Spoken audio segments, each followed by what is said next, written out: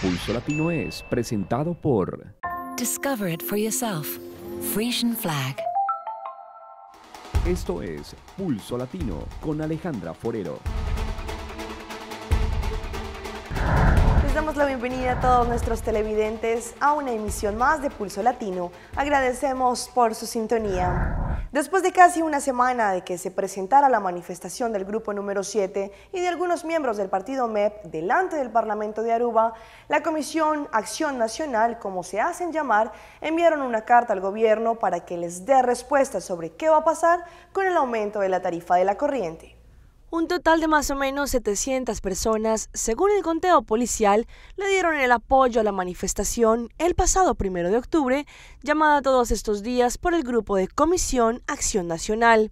Ellos enviaron una carta al gobierno de Aruba para que se les dé respuesta sobre lo que sucederá con el aumento de la corriente en nuestra isla. Después de que se conocieran algunos desórdenes de orden público, en donde la manifestación pasó a otro nivel, el cuerpo policial confirmó que por el momento no se tienen planeadas más manifestaciones, salvo si el grupo llamado Comisión Acción Nacional no tome nuevos pasos, después de conocerse qué sucederá con el aumento del precio de la corriente. Por su parte, el gobierno de Aruba está mirando todas las posibilidades para realizar los ajustes que son necesarios en el aumento del precio de la corriente, pero hasta el momento no se han conocido detalles de las consideraciones que el gobierno pueda realizar para hacer estos ajustes.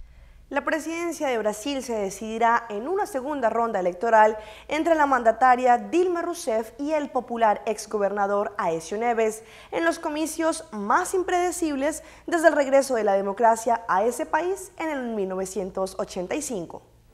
La elección del presidente de Brasil va a ser decidida en segunda ronda en el día 26 de octubre. Hoy, los dos candidatos que disputan el cargo pasaron el día reunidos con los coordinadores de campaña. El objetivo ahora es establecer la estrategia para conquistar los electores. La presidenta Dilma Rousseff, que busca la reelección, y el representante de la derecha, Aécio Neves, no tuvieron compromisos públicos este lunes. Usaron la internet para publicar sus primeras declaraciones. El Partido de los Trabajadores ha escrito en Twitter que va a seguir mejorando la economía sin afectar el salario de los brasileños, como hizo sus adversarios políticos en años anteriores. Esta fue una referencia directa al mandato del expresidente Cardoso, que apoya el adversario político de ella. Aécio Neves usó el microblog para contestar las críticas. Él ha dicho que miles de brasileños buscan por el cambio político y sienten miedo de los monstruos que comandan actualmente el país. Marina Silva, la candidata que no alcanzó la segunda ronda, dijo que va a anunciar su apoyo a uno de ellos próximo miércoles. La votación de domingo también eligió 27 gobernadores de estados y 519 diputados federales. La nueva composición del Congreso garantiza el apoyo a la presidenta Dilma. Y estas son las imágenes en Perú del sujeto que se escondió en una caja de cartón para asaltar una óptica, pero la poca astucia de este hombre terminó con su vida. El propio sobrino del dueño del negocio fue quien planeó el robo. Pensó que iba a cometer el robo perfecto, pero lo único que encontró fue la muerte. Ni trabajadores ni clientes de esta óptica en el centro de Lima imaginaron que oculto en esta enorme caja de cartón se encontraba un delincuente dispuesto a arrasar con todo cuando las luces del negocio se apagaran. Cual caballo de Troya, John Smith Chuquisuta Morales, de 21 años, se camufló en esta caja cerrada con cinta de embalaje y, como si fuera un paquete más, fue ingresado a la tienda por este carretillero, quien lo acomodó a un lado del local. Sin embargo, algo salió mal. Esa noche los trabajadores no se fueron a la hora acostumbrada, pues tenían que hacer un balance de las ventas del día. Dentro de su escondite, John Chuquisuta sufría la falta de oxígeno y a través de mensajes de texto le decía a su cómplice: apúrate que me asfixio, ya no aguanto más. De pronto algo alertó a los trabajadores del local, la supuesta mercadería comenzó a moverse. De inmediato llamaron a la policía, quien tras abrir la enorme caja descubrió al delincuente al borde de la muerte. A punto de desfallecer, John Chuquisuta fue auxiliado por los bomberos, sin embargo murió cuando era trasladado a un hospital. Las causas de su deceso fueron un edema cerebral y pulmonar, así como de una hemorragia pancreática. En total estuvo encerrado más de 1 hora y media. Según la policía, la víctima se desempeñaba como electricista, por lo que se presume que su labor era desconectar las cámaras de seguridad. Las investigaciones además determinaron que el propio sobrino del dueño de la óptica es quien planeó el robo. Se trata de David Fiestas Chilingamo, de 28 años, quien prefirió guardar silencio tras su captura. ¿Eres familiar de alguna de las personas de la óptica? ¿Qué pasó? ¿Qué pasó con esa caja?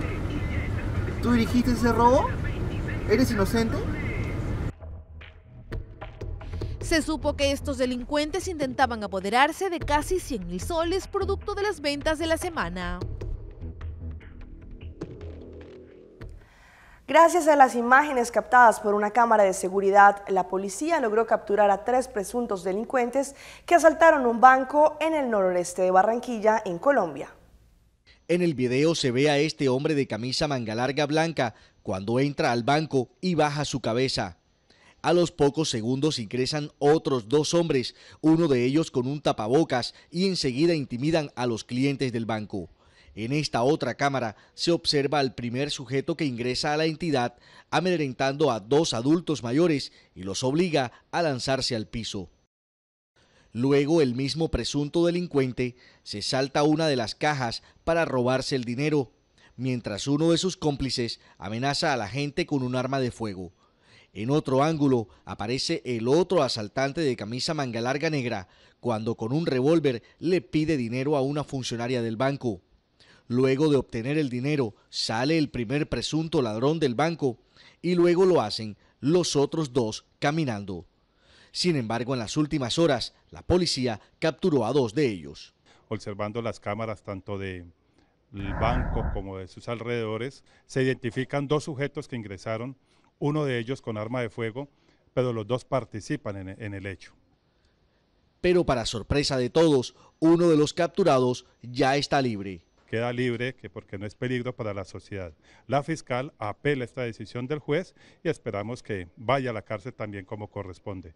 Ahora la policía busca al tercer presunto delincuente que falta por capturar. El presidente de Venezuela, Nicolás Maduro, acusó a grupos paramilitares colombianos de estar detrás del asesinato del joven diputado Robert Serra, y el secretario general de la UNASUR, Ernesto Samper, compartió esta teoría. Así se expresó en Twitter desde Quito el secretario general de la UNASUR, Ernesto Samper. Asesinato del joven diputado Robert Serra en Venezuela es una preocupante señal de infiltración del paramilitarismo colombiano. En Venezuela la palabra paramilitarismo se ha escuchado en el gobierno al referirse al homicidio del diputado y su asistente. Grupos terroristas alentados por factores de la ultraderecha venezolana y grupos paramilitares colombianos están detrás de planes para llevar violencia dentro de nuestro país. La ministra de Prisiones del país fue más allá en su señalamiento. El accionar del neofascismo criollo cantado por el terrorista Saleh, aliado de Uribe, y su creación en las AUC tendrá mucho que explicar. El expresidente y senador Álvaro Uribe respondió en Twitter. Me veo obligado a acudir a la Procuraduría como Ministerio Público para que intervenga ante las acusaciones en mi contra por cobarde Maduro.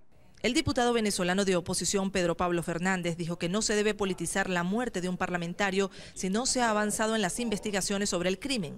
Eso tiene que ser resuelto por los órganos de investigación del Estado y entonces, bueno, tendrán cada uno de los actores políticos que dar una declaración, pero en base a un hecho cierto. Este viernes, en horas de la tarde, se realizará el sepelio del diputado y de su asistente María Herrera.